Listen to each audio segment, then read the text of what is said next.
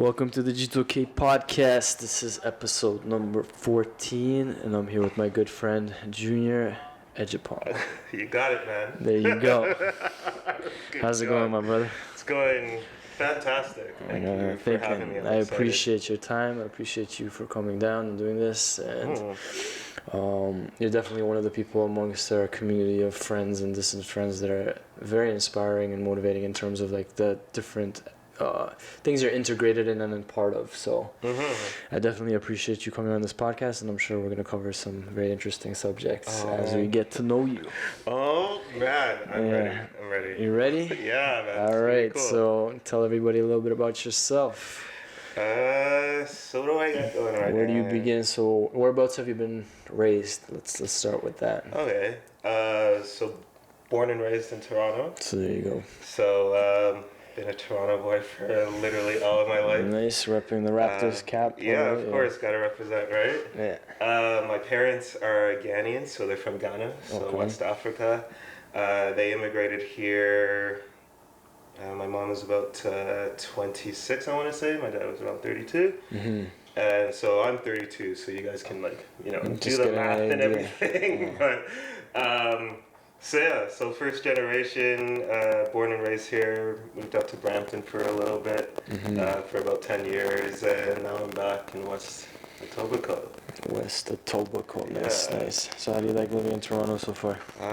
You've been born and raised here, what do you kind of like? Do you ever get the craving to venture off into different places around the world, or for someone that's been raised in Toronto? To vacate, yeah. To travel, to see what's out there and whatnot. But I'm biased to Toronto, and it's because of the amount of traveling that I've got to do so far. It makes me appreciate the city so much more. What is it about the city that makes you appreciate it so much? If it wasn't for the fact that our lakes are still dirty, like Toronto would kind of have everything. We have the aspect of the city life, the aspect of scenery, we'd have the aspect of culture and diversity. If you did a Toronto winter this year, it wasn't that bad. Actually it wasn't too bad, yeah. But there's just so much. There's just so much in one place, and there's only select few cities like that throughout the world. That makes sense. Whereabouts around the world have you traveled, just out of curiosity? So I've done some of the, Caribbean resort places. So obviously like Cuba, Mexico, did a few places in the States. Some years ago, I got to do Paris and London and Amsterdam a little bit. And I went as far out as Dubai, which was quite a few years ago. I went to go visit a friend. But I think Dubai is what made me love Toronto even more. Because it's a small Dubai. Or I should say that Dubai is a huge Toronto.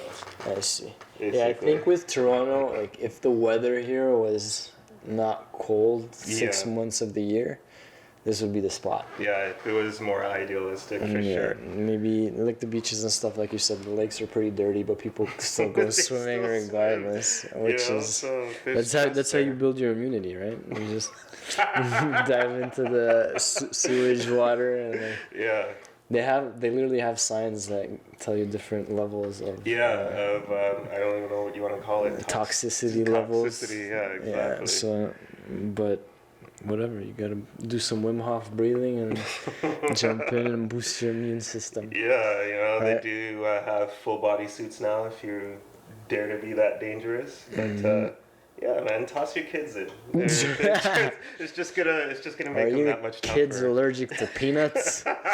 Toss them in Lake Ontario. They won't be allergic to crap anymore. Yeah. So you grew up in Toronto. What did you go to school for? I want to say. So high school wise, I went to a school called Archbishop Romero that's on the West End, and then for school, I went to Ryerson for 4 years. I actually went to U of T for about a year and a half, and I got my butt kicked there. Yeah. U of T. Yeah. I've heard it's tough there. My younger brother's in U of T right now. Oh, engineering. awesome. Yeah. And they're sucking the soul out of him. It is like Man. I was all the way on the Scarborough campus, and that place is. No offense to U of T. No, apparently their standards are very high in terms of just doing things in the most difficult way possible. Yeah. But I mean, maybe that filters you. And I think that's what it came down to. Yeah. Because I know, being in high school, I was a hotshot. I was an A student. Mm-hmm. So I hadn't developed those study skills, those Right. interpersonal skills that would really drive you through. Right. And so U of T kind of woke that up in the rudest way for me. And so when I went to Ryerson, I'm like, all right, it's time to kind of pick it up and get back into the habit. But So 1.5 years in U of T, once you went to Ryerson, it was probably easy breezy for you. Or not so. yeah, you know what? It kind of was, not because of. Like, not to bash on Ryerson, but I've heard in comparison It is, but you gotta understand, U of T will do something like give you a multiple choice exam and put 25 possible answers on there. Okay. So that's where the difficulty comes. You could have done the answer wrong, but your answer shows up. So it's kind of like a slap in the face. Right. But there is a weeding out process. Ryerson, the educational part of it was just as hard, but I think there is this social aspect of it that just made it that much easier. Yeah, that's because you're not spending 24 hours studying and doing assignments. In a legit concrete room, for sure. So what did you take in school, if you don't mind me asking? Yeah, so I took a major in finance and I did a minor in accounting. Nice. Yeah. And is that something you always knew, in terms of your path, as where you were going to venture off into? Yeah.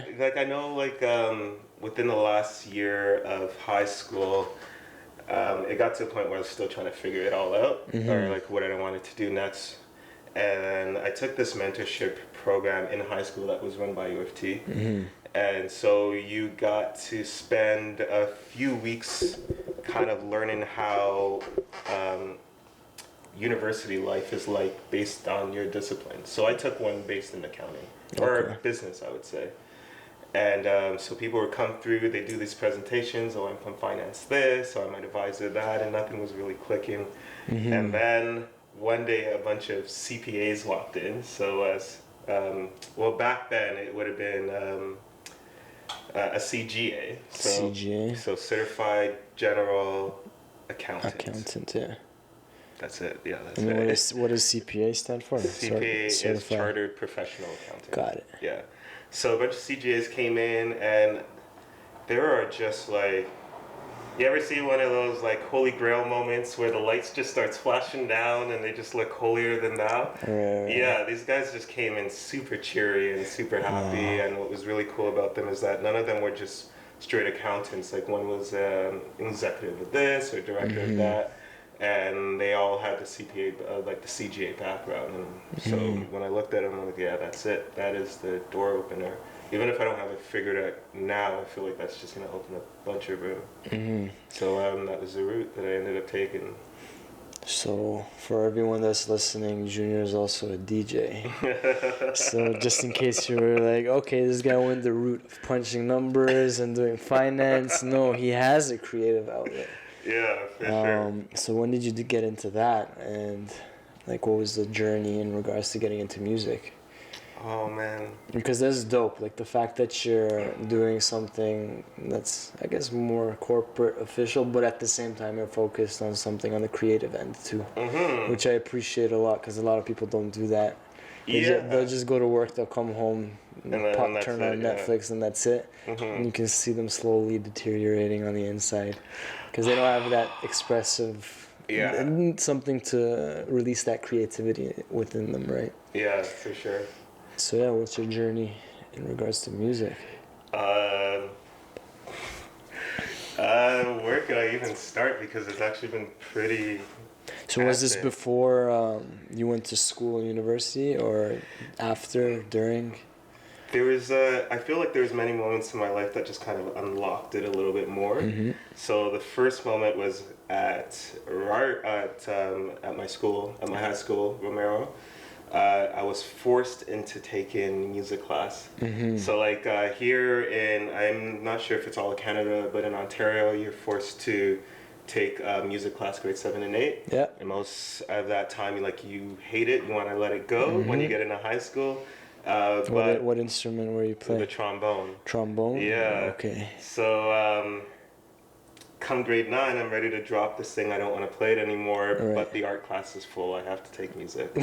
You're like, "Oh, fuck." So, Did you play the trombone all yeah, year? I did. And, at first, you're a rebellious kid, you don't like it, but I had a fantastic teacher. His name is Dr. Mio. And I guess his band, because he did extracurriculars, and he needed a trombone player and kind of almost forced me to do it. But I guess it's one of those things where you kind of know it's best for a person, and because you have the ability to kind of force it as a teacher, like you just go with it. Right. And like I praise him for that, because years after I was hooked. I was learning material, I was learning theory, I was playing nonstop, I was doing solos at concerts. No way. Yeah. So you took it to the next level? Yeah, And this was the trombone still? This or is still with different? the trombone. Okay. I remember one of my greatest accomplishments in high school was being able to reach out to Dr. Mayer, who was a piano player, and the bass player and the drummer that was in the band, and we set up a little band for our solos during concert time. So it was always really cool to kind of have that jazzy feel, and actually get to orchestrate it. It was around that time that I really started to love that music, and then that is what opened my mind to all other genres. Right, like getting to appreciate music in a different way than just say the beats and the lyrics, like getting to like being able to break it down and see motifs and saying, oh, I really like that scale, or stuff like that really started my appreciation for soulful R&B, for house music, for electro, for trance, for hip hop, and so that's kind of just where it took off. And I was always curious, so how do I make this stuff? Right. So around university times, I learned about FL Studios, which I'm sure most Fruity Loops. Most producers know about that one, right? And this is like years ago when I started it, and that's where the production aspect started to come in. And I've always enjoyed recording. I've always wanted to just become better. So were you self-taught, like with Fruity Loops and everything? Pretty much. Yeah. Like this was before like YouTube and Google was the source. So you're just experimenting, trial and error. Okay. Exactly. But you did have that background in terms of understanding music theory and everything from. So I'm blessed that I had that. Right. And that's kind of what drove me through. That's what I already understood, the concepts of bars and measures and tempos and staying within key and just actually really having an ear for it all. So I started to produce it, and originally it was just like hip hop, R&B. I was producing it with friends of mine who were also trying to do the same thing, and it was just for fun, right?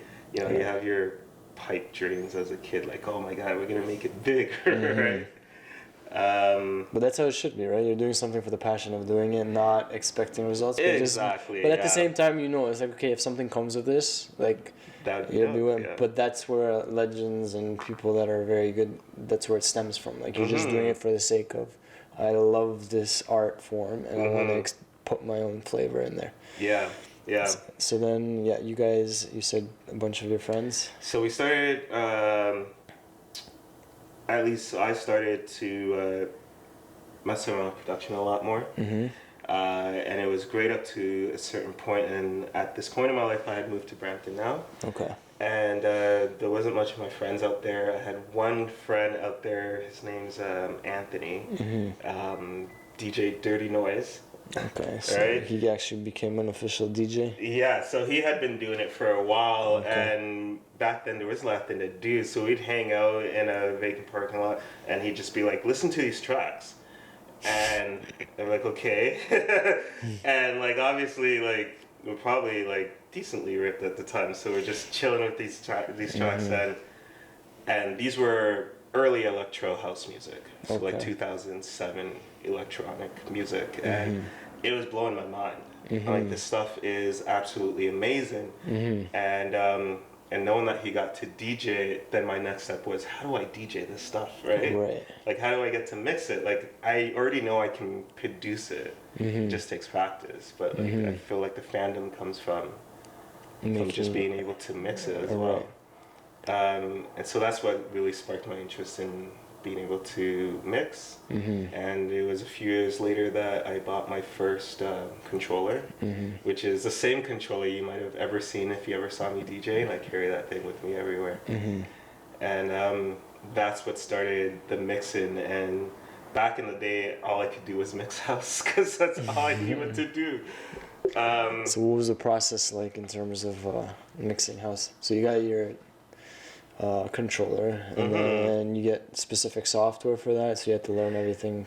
Pretty much. Like, you really had to learn being able to coordinate the visual, which is on your laptop, with what was happening audio-wise. Like, mind you, DJs at the time, when it came to their hardware, they didn't have controllers, they didn't have the option of a laptop. Most of their stuff came on a small monitor. Right. And so that's kind of like the segregation between the purists and the laptop users. Right. But so they would toss vinyls on and change it would be on the either fly? vinyl, or it'd be basically my controller but in hardware, so a separate piece for the mixer, and then the CDJs on each side. Ah, gotcha. Right? And so you would actually feed CDs in there. You know, and then later on you'd be able to plug your USB. That was a few years later It down. must have been so hectic mixing songs back then. But then it was a like, different style. it was right? purest form, and then once you were good at it, you were good at it. You didn't have to worry about, oh my god, I can't see my screen. Like, at that point, if your other senses hadn't heightened yet in regards to that mixing world, then you pretty much better call it a day, right? But so that was really the process, just being able to mix. I think the trickiest thing for me is just being able to blend songs very well. Like, I wanted it to make it seem as if you had no idea that other track was coming in, or that other track had been playing the entire time and you didn't know. Like, that was something that I got from my friend Anthony. That was what he liked to do, and so I kind of just took that on. Yeah, it's a pretty crazy art form. Yeah, it really is. And then, but yeah, so when you're blending songs and stuff, you mean in terms of overlaying specific songs or merging them in a transitionary way? Both. Both? Okay. Both, yeah. So, the thing I love about house music, and don't get me wrong, like, later on, like, I learned how to mix basically everything else. But the thing I loved about house music is that for an extended period of time, you can loop the best part of one song and overlay it over the other. And the whole time, as people listen to it, they think it's a completely new entity. While in fact, it's just you being super creative, but it allows you the freedom to do that. Meanwhile, other genres, like think about hip hop, for example, there's only so long that you can mix or overlay one part of the song over the other one before it's just like, all right, this is getting repetitive, or when is this gonna drop, or like, when's he gonna start rapping, like that kind of thing. This is dope too. Like a chef, when it comes to music and the way you hear everything is like different flavors and ingredients, and you're like, oh shit, I'm gonna add some more salt and spices here. Yeah. But that's cool. So after that, so now you're an official DJ. Like how long you've been doing that for? Like when did you get your first gig, and how did that feel? Oh man, my first gig was, I want to say it's either going to be 2015 or 2016. So I'm still like, I've been producing for so long, and then finally with one of my more decent accounting jobs, I was able to save up and get a controller. So my first gig was 2016. Just out of curiosity, how much does a controller go for? Oh snap!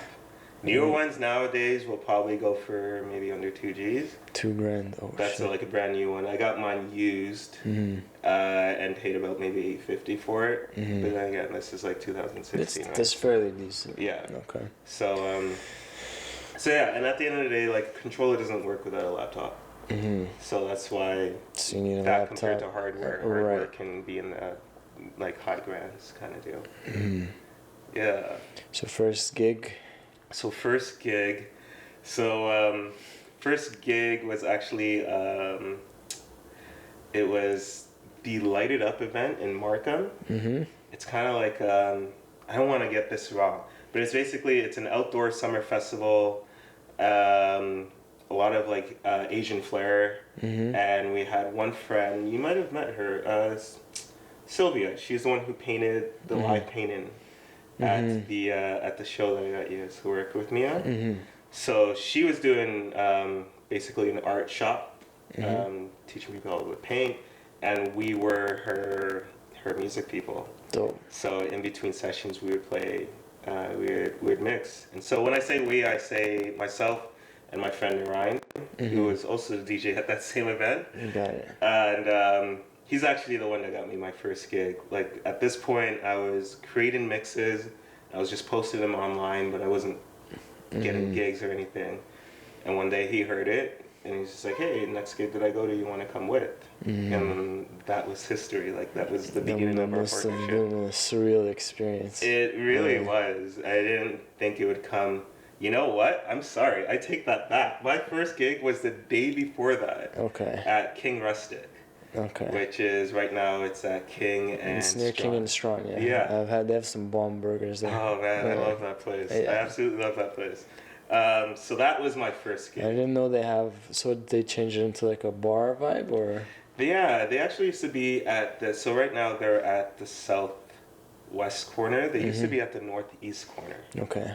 And so that was a little bigger of a venue. Mind you, I've played at that new one too. Okay. And so yeah, it kind of just turns into kind of like a seated bar kind of vibe. Like, you can still order and everything, but there's gonna be live music. I didn't and know that. I whatnot. thought it was just a restaurant, to be honest. No, Yeah. King Rustic.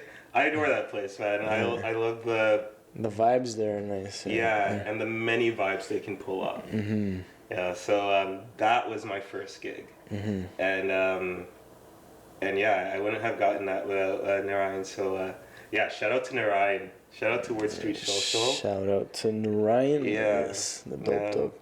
Really good man. Thank you for my first gig and really helping me start. So when did you start venture. playing at clubs? Or like events outside of that? So I think the first time we played for an event, and this was a thing, like we had gotten, or at least I had gotten gigs from like here and there. But what I've always wanted to do is throw my own party. Okay. You know, I felt like there was a lot more creativity that could You're be not implemented. restricted to. And you're not restricted. Yeah. And again, my friend Ryan, as well as my friend Samia and Zoe, we basically kind of came together and we did our first Halloween party in 2016, yeah. At this club called Populous, and I don't think it's open right now, but it was like a club. Like that used to be a house music venue. Okay. And so we had the creative freedom to do whatever we wanted. We planned this thing, any contests that were going on, the decor, and we sold out. You know, my first event that I ever got to be a part of planning, like, sold out. Like, it would take me like 10 minutes to walk from the DJ booth to the washroom. You know, just trying to fight through the crowd. Like, there was nothing more rewarding and frustrating, like, at the same time. But that was what sparked being able to do events. Now it was on people's radar that, hey, this person can DJ at a bar, this person can do an event, and so it's been pretty random. And then during this entire time, you're doing your regular 9 to 5 as well. Oh yeah, Yeah, for sure. so kudos to you. That's dope. Thanks. So that must have been a surreal feeling in terms of like, cause you're pretty much like when it comes to DJs, you're like what are those guys called in the orchestra? you're literally making the entire club jump up and down, and that must be a surreal feeling. That was what I think really.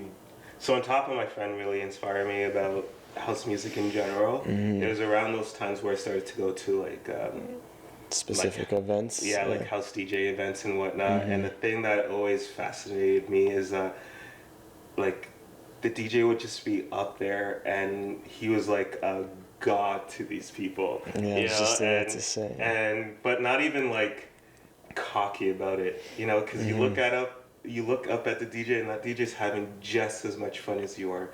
And so there was a thought in my mind, I'm like, these people get paid to have that much fun. Like, I get, yeah, you're traveling and all that stuff, but literally, if you're up to it, you're getting paid to have fun and play music. And people like bow down to you. And it's not even a cockiness thing, it's like you want to be that source of other people's joy so much. And so that's what got me hooked. Like, I want to make people dance. I want to make them enjoy themselves. Who's your favorite DJ?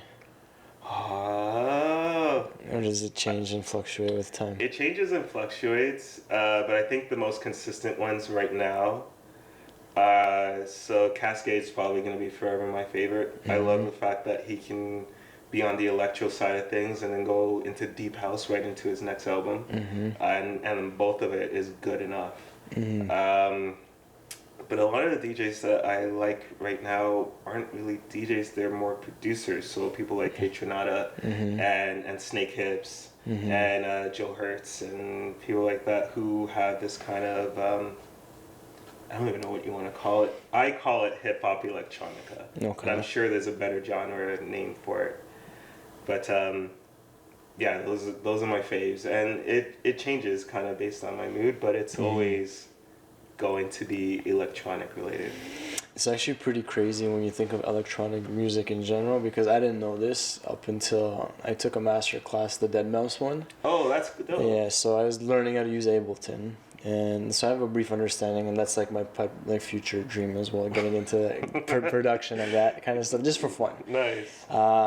But yeah, electronic music is called electronic music because everything that's analog is from electricity. Like all of the little gadgets and knobs they have, it's literally a pulse, like a specific electric input, and they distort the sound of that buzz sound, which turns into unique, custom, like electronic music. So it's literally you're listening to the sounds of electricity being manipulated by different analog machines, which is fucking crazy.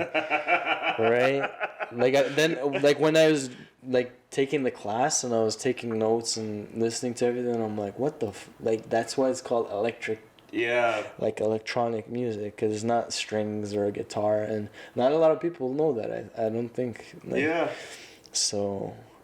And then even thinking about that, it's like you're making people jump up and down and like giving them all these emotional, like these feelings of goosebumps and like euphoria based off of a sound that's from electricity. Yeah, because you know what, there's a bunch of instruments out there that will probably get the bass factor of it, but when you can just control it, and if you get it to the right point where it ripples in your chest, like there's no better sensation. Like I'm sure we're all accustomed to driving down the street in our car window up with the volume all the way blast, because we just fall in love with that groove regardless of what kind of genre it is. I think it's in our human nature to dance and listen to music, make music, whistle, hum, all that kind of stuff. Different vibrations, right? Well, that's sick. So DJ, accounting, and then you're part of another organization you mentioned earlier as well. You want to touch base on that? So I've been doing seminars, courses with Landmark Education, and Landmark it's a personal development and personal training course that really enables you to have anything that you want in life by being able to, there's various outlets of doing that, but the main one that they really step on is being able to assess your way of being. Like, who are you being in this situation? and what do you and who do you want to be preferred? So this is in regards to people's ambitions and outlook on life in general, or specific things like career, or? I think it can be, the thing I like about it is that it can be applied to basically Every avenue of life. every Okay. avenue. And what it really is about, and I guess I should be a little more integrous about this, is that it's about being able to reveal blind spots in your life, things that you didn't know have an effect on you or have had an impact. And then in the face of that, creating what's called a possibility, which is generally a way of being in that situation. So can you give me an example of a specific scenario or a situation? Yeah, I'll tell you about my first scenario. Okay, so my first aha moment.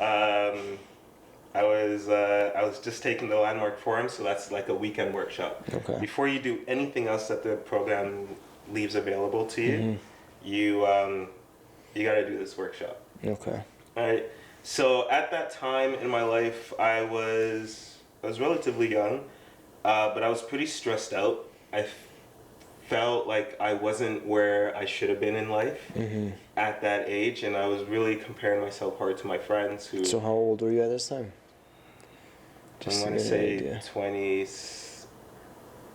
I want to say 28. Okay. 27, 28, yeah.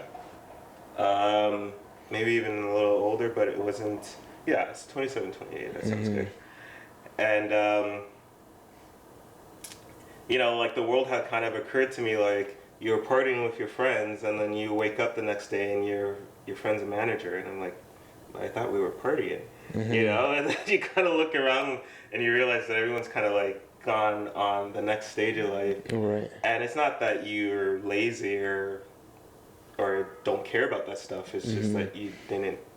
It wasn't cognizant to you, or cognizant to me, and so.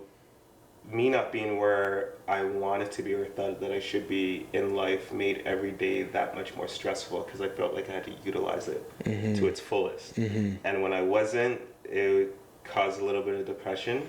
I know exactly how that feels, yeah. And it created anxiety as if I'm running out of time. So you had both the elements of depression and anxiety. And I got to be responsible. It's not like something that I was clinically tried for, but you know the feeling. I think everybody goes through a little bit of anxiety and depression. Some people sink deeper into that kind of stuff, but we all have different ways of how we cope with those emotions that arise. Yeah. Okay, so sorry to interrupt. So at this point, it was actually getting to a point where I didn't know how to get out of this. And it was like, I can't take one more day of this mentality. So were you working 9 to 5 at the same time? Yeah. You were DJing as well? I was probably still producing it. No, actually, no, I was DJing at that time. Yeah. So even though you were working 9 to 5, you had your creative outlet, you still had these feelings that were eating away at you. Yeah, because even when it came to the 9 to 5, it's like I should be higher in my career. Okay. Even when it came to the DJing, it's just like I should be getting a lot more gigs. I should be more active with my music. So every day that I didn't utilize it, it felt like a day wasted. Right. And that vicious cycle started to become pretty bad, especially when I kind of knew I had all the tools in the toolbox to be successful, and I just was not doing it. So you weren't getting that breakthrough moment. Yeah. So then you sought out this organization? So, yeah, a friend of mine had told me about it. Her name's Aurelia. She had done it.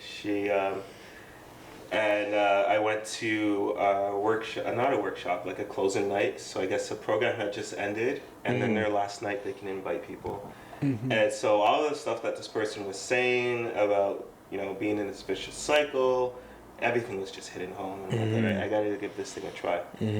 So fast track, I'm in the workshop on the second day, and the thing I love about Landmark is that it requires you to kind of look at the impact that your certain ways of being have had, not only on yourself, but more on other people, people who are most precious in your life. And so every time they push that, I'm like, I don't get this stuff, man. Like, I'm here for me. Like, what does it matter my relationship with my mom or with my cousin or my coworkers? And so finally I got up and I told them my situation, the anxiety, depression, the vicious circle.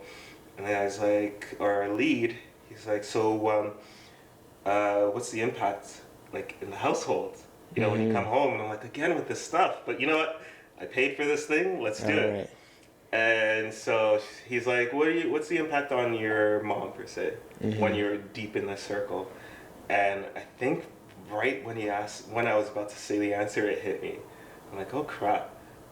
Every day I come home and my mom asks me, how am I doing? And I say, fine. And I walk up to my room.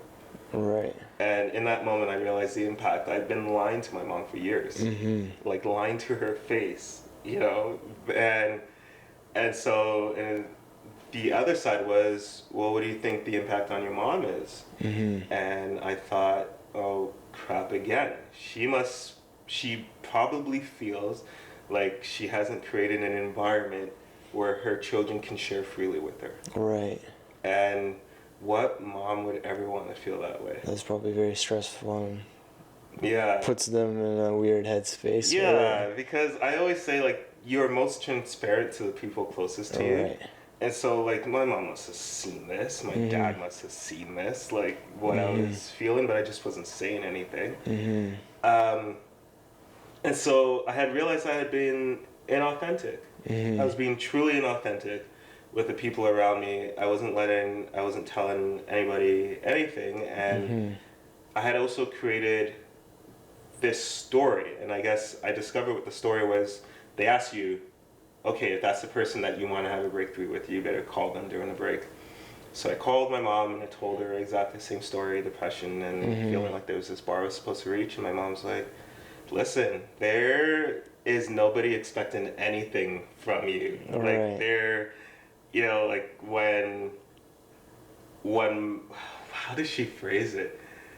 She's like, you are where you're supposed to be right now. Whenever my friends brag about their children, like I stay quiet because I know when your time comes, like it's just gonna outshine them all. And in that conversation, I had realized that I created this bar. I created this expectation that I should have been somewhere where I'm not right now. So I'm actually responsible for the way that I'm making myself feel. And so that's kind of what blew it up. So the blind spot was that I'm the one that was creating this expectation. Right. You know, and it wasn't coming from external. It wasn't people expecting things of me. It wasn't like society expected me to be a certain place at this time. Like I had created all those things. And so the way of being that we generated, or the possibility, at least in that moment, was ease and peace of mind. You know, that there wasn't anywhere that I had to go, that life can literally just flow and you're in the right spot. All right. Yeah, so that was the way of being that I took on. And then throughout this program, there's been a bunch of ways of being that That's created. dope. Yeah. But yeah, it all boils down to being present at the end of the day, right? Like being in the current moment, doing what you can in this present moment to the best of your ability, and then whatever else follows through. You don't have control over what happens 6 months from now, or things that have happened in the past. You can just learn and move on from that. But a lot of times, like you mentioned, it's like we're so blind to see that we are at fault in terms of the expectations we hold or the comparisons we have.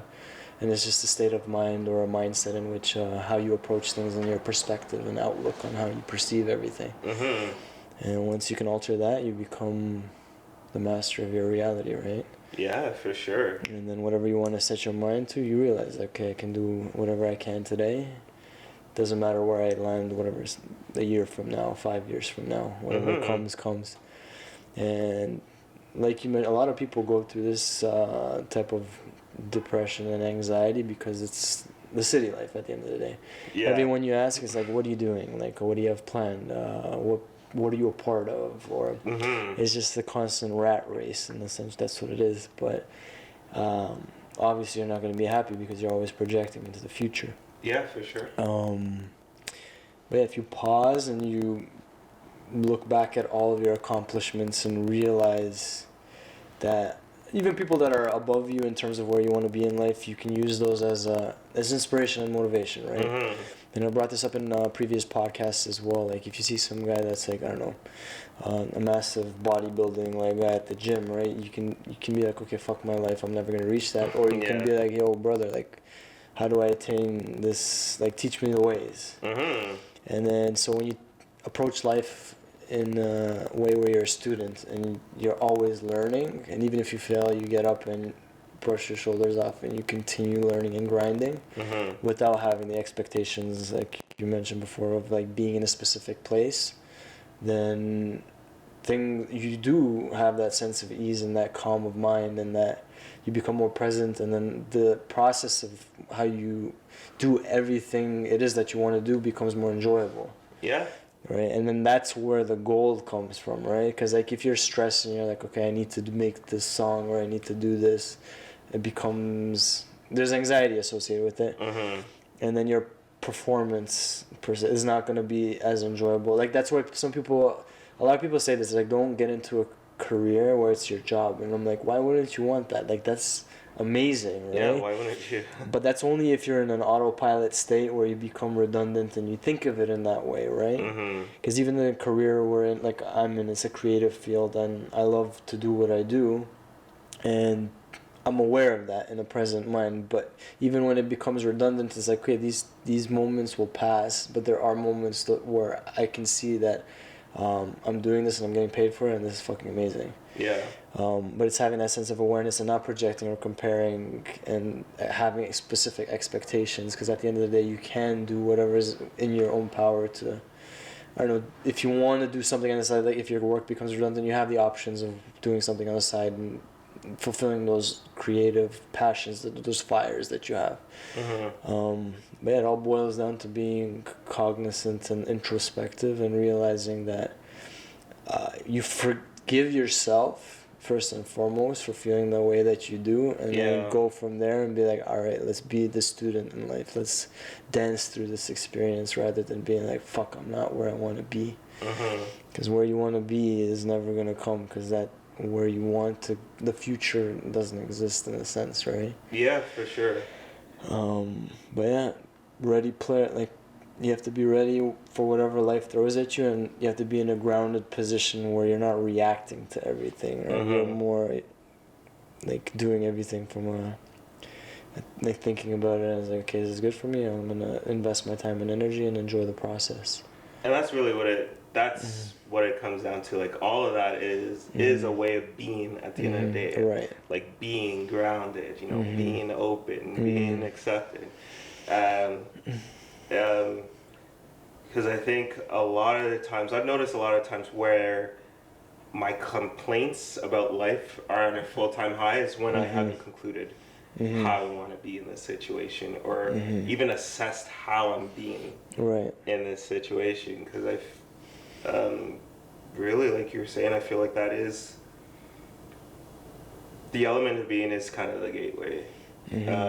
To be able to have the things that you want, rather than thinking about the things that you want as the end goal. End points, yeah. Because that's, regardless of what it is, starts to sound materialistic.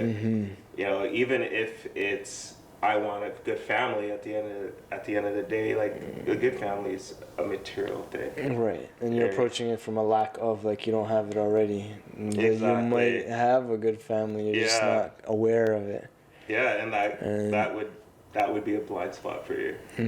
Yeah. So what are some techniques and methods that you use yourself in regards to getting yourself out of that mindset? Do you have like reminders set for yourself, or do you just like, are you introspective in the sense of breaking everything down and being like... So there's a few things. Okay. So one, which I'm surprised I turned off. I gotta start turning it on because it was so good to me. I put a reminder in my phone that goes off at 10 o'clock each day saying, basically, how are you being today? What's your possibility? And so it kind of sets the day straight for how I want to be, so I can be how I want to be intentionally, rather than it just being a fluke of the moment or being knocked off kilter because somebody said the wrong thing, so there is that, and I think I've become aware enough just because of this work that one I can feel what it's like to hit a certain level of frustration or complaint to be like, okay, it's time for an assessment. You know, to be able to sit down and then sometimes you don't catch yourself. Sometimes you can be in your own shit for the entire day. Right. You know, but I've gotten a lot better on it not having to take an entire day before I have to self-assess. Right. And it really becomes a practice thing, just being able to distinguish if these are like true thoughts that I'm generating, or if it's just functions of the mind. Right. And if the mind becomes too loud, then it's probably time for an assessment and probably time to assess how you're being right now. All right. So all of this that you mentioned is this like pretty much like self-reflective meditation in a sense, where you're breaking everything down, analyzing what's in your best interest, and letting go of what's not. Yeah, that's exactly what it is. Like, so in Landmark, there's a bunch of, let's say, call them step-by-step ways of being to assess your complaints, or assess your frustrations, and just being able to get at a point about what is it that you're being inauthentic about. So, a lot of what Landmark's about is being able to identify what you're being inauthentic about, and then creating the possibility or creating a way of being able to assess that. So when I'm doing the let's just call it self-thought. Right. It's usually what am I being inauthentic about? You know, I usually ask that question. So just recently, like a few weeks ago, like my complaints for the last few weeks have been at its highest. And it wasn't only till I started taking the class again that I had to ask myself, okay, what am I being inauthentic about? So one of the things was about music, for example. Okay. And I'm like, I just want to do more for the sake of doing more, for my hobby, for my passion. But I couldn't figure out why I wasn't doing it. And so in that moment, it's usually like, okay, maybe there's inauthenticity going on, what's going on? And so in this class, I started to list them. I'm just like, oh crap, there's a lot of inauthenticities here. One of them being, there's this thought in my mind that I will never get to the level that I want to get to with my music. And it's kind of like, you know, if you've ever watched The Matrix, when Morpheus asked Neo to jump the buildings. And you don't believe. And he doesn't believe. Right. So even though he gave it a try, he still ended up falling. Right. And so it's kind of like forcing your body to do something that in your mind you don't believe is possible. I love how you made that reference. That's my favorite movie of all time. Oh, man, there's so many golden quotes. That movie, bro. Like, it's top 5 for me just because there's so many philosophical references. And I don't even know if they intended to do that. No, so the cast of that, everybody that was playing a role in that movie had to read, like, there's like 3 or 4 books, and it was all about philosophy. No way. So they were obligated to read these books before they can even start acting, just so they get an understanding and a feel for, like, and it was all about just philosophy, what's real, what's not, like mindset related stuff. But no, I absolutely agree with what you're saying, and it's at the end of the day, it's that sense of perfectionism. Yep. Right? And if you're not exactly perfect, you don't start, and then you procrastinate and make excuses because, like you mentioned, deep down inside, you're like, I'm not worthy of pursuing this goal because there's already people that are better than me, or I'm not good enough. That's it, man. And that's our monkey brain right there. Like, that's the primal side of us, right? Because everybody's like that, and that we want that instant gratification, but when you look at everybody that's successful, they've put in God knows how many hours of work, they put in time, but we see the end result most of the time. Yeah. So in our minds, it's like, okay, that guy's gotten to where he's at just because he's talented or whatnot, but they don't see all the work put in prior to. But yeah. Yeah. So so that was one of the inauthenticities. Mm-hmm. So basically I'm pretending that I'm all gung ho about this music stuff, that I want to do these projects, that I want to get it all done. But in the background, what I'm hiding is that I'm too scared to make the first move because I don't think I'll see that end goal. I'm too concerned about what other people would think if I were to quit. No, I should have gotten that. No, it's there's some weird drilling sounds in the background. Sorry, continue. I'm too I don't share these passions because in the background there's also a concern that if I quit, then I'm gonna be leaving a weird impression with the people I try to share these things with. And that's a background concern. Right. And then I think the biggest inauthenticity is that if I do this thing and then I quit, I have to start from the beginning. And the amount of time that I invested in the first round has to be reinvested, and that's when that anxiety starts to kick in. It's just like, bro, you're running out of time. You've tried this route like 6-7 times. You tried this music project thing 6-7 times, but it's inauthentic because it's all not true, right? It's not true at all. It's just we're very prone to stay within our comfort zones too. That's another thing. That's it, yeah. But if you continuously try to push those boundaries, like where those comfort zones are, it's almost like a circle. It'll stretch out further and further, and you'll start doing things that, 5 years ago, you wouldn't even fathom the thought of approaching it or initiating it. Yeah. But it's the mentality and like the state of being, like you were mentioning earlier. It's like when you realize that discomfort arises, the way I personally think of it is, okay, these are growing pains. This is a challenge. This is how I know I'm stepping out of my comfort zone, and if I'm able to conquer this resistance per se, the next time I do it, the next 5 times I reach the same headspace, it's gonna be easier to conquer it.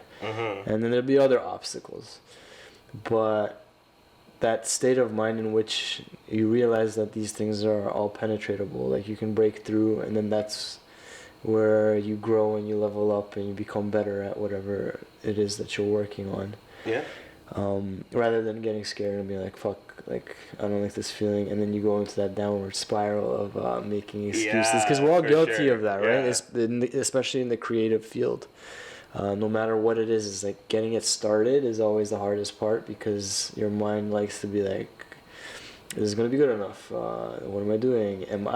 Like, what are people gonna say? And and I mentioned this on a podcast with Jason too, because we did daily artwork pieces, and that was the whole concept behind it. Behind that is like getting over the fact of that thought process where your primal brain is like, your ego is like, am I putting something out there that's good and represents me?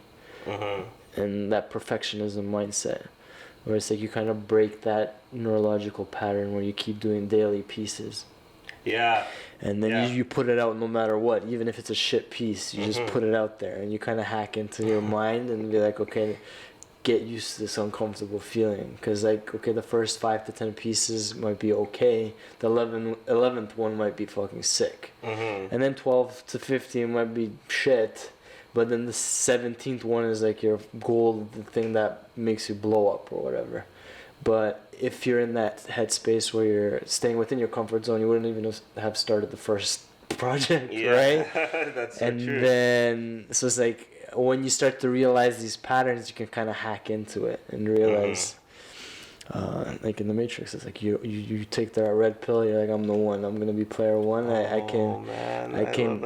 can conquer whatever it is that my mind tries to go, because I am the master, right? Like being conscious and not being autopilot and just reacting to everything. Yeah, no, for sure. So, and then there's different methods in which you can practice being present and aware, like meditation, even what you do, like reflecting on specific things and analyzing and breaking everything down and being like, okay, I don't need this, and this. And these are all lies that I'm telling to myself. And then waking up from the Matrix and be like, let's get this shit started. Man. Yeah. That's... What was your favorite one out of the three? Like out of the three, like, main character? No, the three Matrixes. So there's Matrix. Oh, it's always gonna be one. One, yeah. It's always gonna be one. 2 and 3 were okay. Because you couldn't get philosophical after that. Like, after that point, 2 and 3 is just like, now we gotta... You didn't like that giant rave scene in the cave? Yo, that was so typical of that era. Yeah, I was watching it, I'm like, is this a Matrix? I'm so confused. What's going on here? But, bunch of sweaty people in a cave jumping up and down. Yeah, man, they're in their primal state. Machines have broken them down. Yeah. But I love that movie, and I love that movie because I make so many comparisons between that and like the stuff that I've learned. You know, like for me, my Morpheus is learning about Landmark. You know, there's this institution out there saying that this world that you're in is not the real world, and the world that we're in is the one that we project and inherited and created all these stories and these ways of being. Like, a lot of our ways of beings have been inherited from our parents, and it just keeps going back and back. And so you never had a chance from being born to like fully create something new for yourself. You should read a book called The Four Agreements, because it touches base on that. Okay. Like, it tells you that when we're born, we agree to a bunch of stuff because we're naive. Like, you're around your parents, they're like, okay, these are the rules, these are the regulations, these are our ideologies, this is our faith. And then these are all agreements you make. You're like, yeah, this is right. But then as you get older, you realize, okay, there's other agreements out there, and like, what's the right way of thinking about things? Okay. And realizing that it's all bullshit at the end of the day, that's what sets you free. Because then you're open to not being closed-minded, and once you have an open mind and you're able to explore all these different avenues of thinking about things, that's when you have the potential to become the strongest version of yourself, because you're not limiting yourself in the confines of a small, just like a headspace, right? And unfortunately, like older generations, parents, different cultures, they get stuck in that. And yeah, for sure. It's hard to, it's hard to deal with those type of people, especially in situations. Like, for example, if I was to tell my parents I'm depressed or have anxiety, they'll go over their head. They'll be like, what is that? Yeah, I get that. They go pray or something, like, anxiety.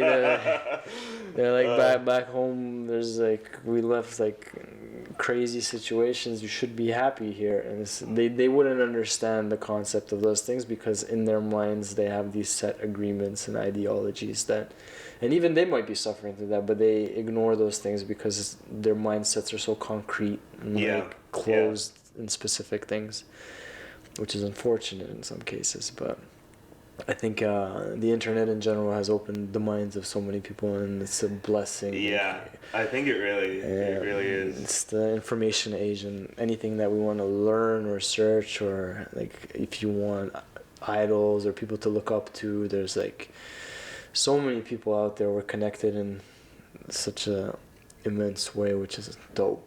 And even the fact that we live in this city, in Toronto, wherever, like, pursuing things outside of the realm of things, like back in, let's say, 10, 20 years ago, if you wanted to become a DJ, it would have been much harder. In comparison to like now, where I can literally YouTube and learn software. I don't even need to go to school. And there's most likely a lot of the young DJs have learned that way, right? Where they just picked it up on their own. Yeah.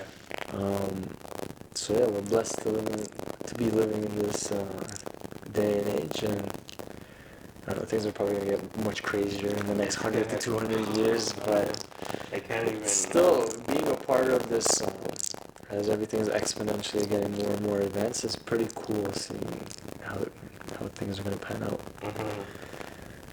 What are your thoughts in terms of? Do you think we're gonna wake up plugged into something and in the pod. Have you seen the Animatrix? I have, but it's been so long. Yeah, that's worth the rewatch. It has been so long. Yeah, especially if you take some herbs and spices. Yeah.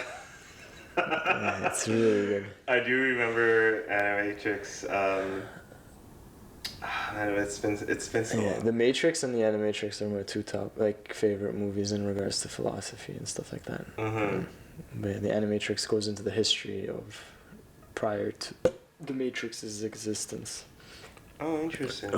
It must have been so long. But it's like 6 or 7 different animation styles, and they all tell a different story. Mm-hmm. But yeah, there's one that's pretty fucking sick. If people can search it up on YouTube if they're interested. It's like a track athlete, and he's trying to break a record. Do you remember that one? Yes, I do. It's fucking sick. And every time he gets like top speed, he's like slowly breaking. Yeah, no. So when he's actually competing, he breaks and like he, I guess, pushes himself beyond his mind's limitations of what his mind thinks is possible. Yeah. And he starts to wake up in the Matrix, like the real world, as instead of the Matrix. And then the agents come and start chasing him.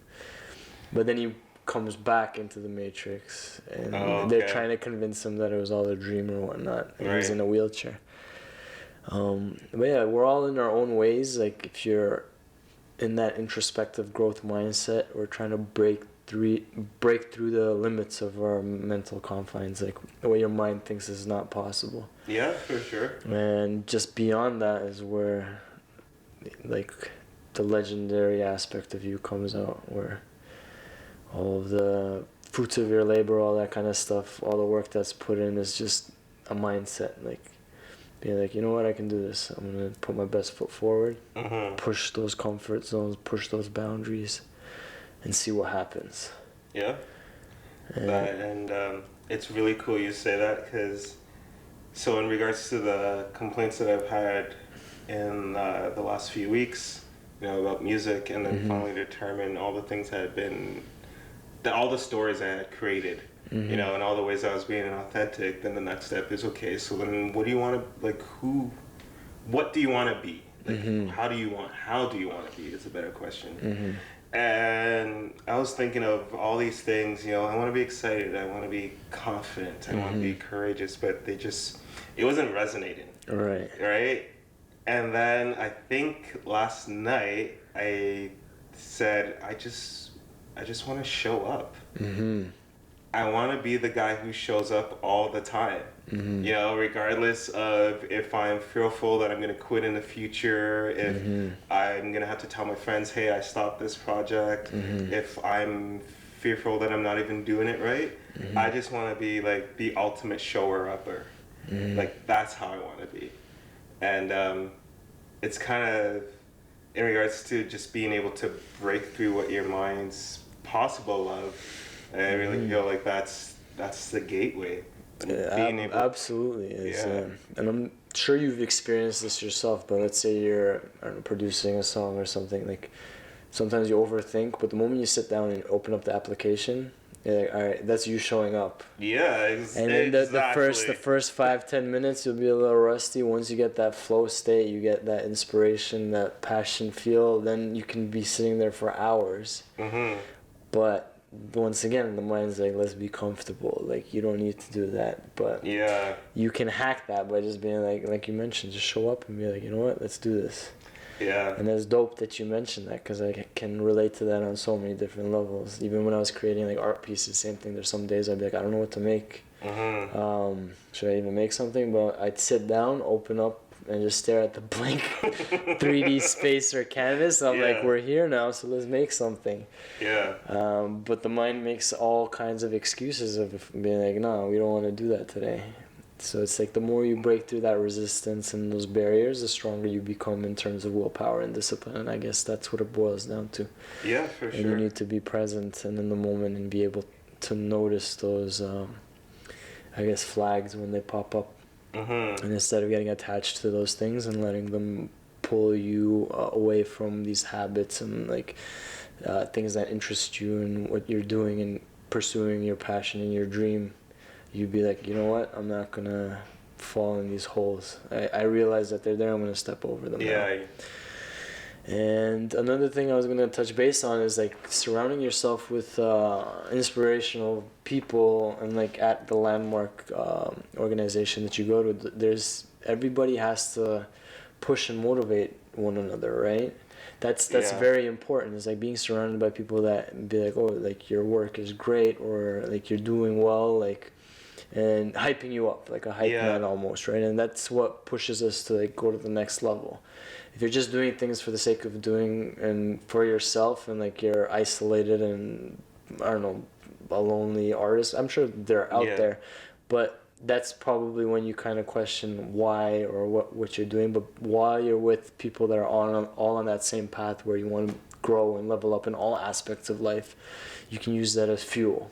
And I think that's very important in that regard. And staying away from the latter, so people that are not motivated, that aren't good for your energy, aren't good for your energy. And even in terms of what you intake on like social media, TV, or whatever that is, right? Like when you go on Instagram, like you can get distracted and go through different on the internet in general. But if you feed your mind with things that are motivational, inspirational, and things that alter your perspective in a beneficial way, your trajectory changes. Yeah.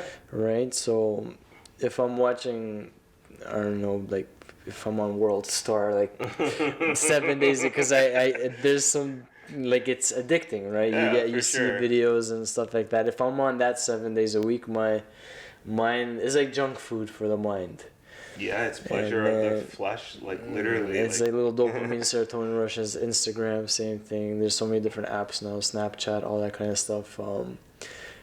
But rather than that, like reading and watching videos of intelligent people that are like doing well for themselves and motivating and inspiring, and showing you tips and techniques of how to better yourself and approach life and reach the goals and desires that you have, your perspective and the way you feel changes altogether.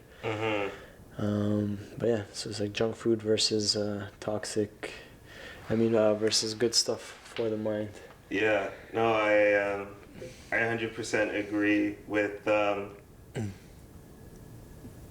just having other people around you being involved in your transformation. I don't know when I'm getting this tattoo, but I'm definitely getting this tattoo, and it's gonna say, "This world is not your own." Right? Because, well, logically, if this world was just meant for you, you'd be born on this world by yourself. Like, what's the logic behind having, 7.6 billion other people here if this world is just supposed to be about you? And the biggest transformations that I have generated and received has come out of sharing with other people. Letting other people be a contribution to me instead of always just really trying to figure it out ourselves. Like, I know that's the ego speaking, saying, no, you can figure this out yourself, like you got this, but then whether you think there's a creator out there, whether you're religious, whether you think it's just random, like, do you really think that whatever sparked this so you can just figure it out yourself?